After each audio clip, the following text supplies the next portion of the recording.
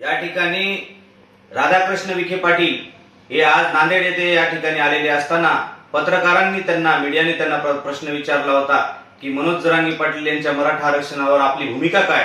त्यावर त्यांनी असं उत्तर दिलं की मनोज जरांगे पाटील म्हणजे मराठा समाज नाही, तर आम्ही देखील मराठा समाजामध्ये येतो।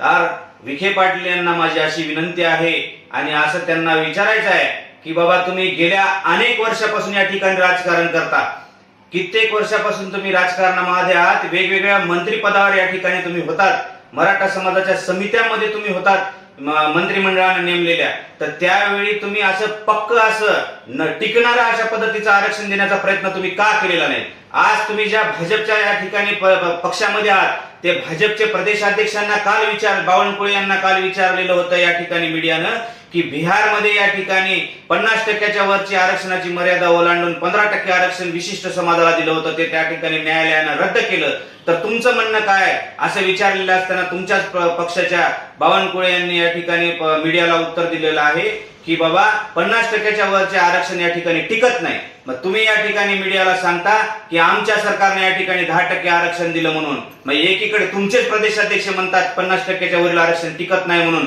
आणि एकीकडे तुम्हीच या ठिकाणी सांगता की आम्ही 10% आरक्षण दिलं म्हणून। ही दुटप्पी भूमिका तुम्ही का करतात? मराठा समाजाच्या आरक्षणाचा प्रश्न तुम्ही वेळोवेळी रेंगाळत का ठेवतात?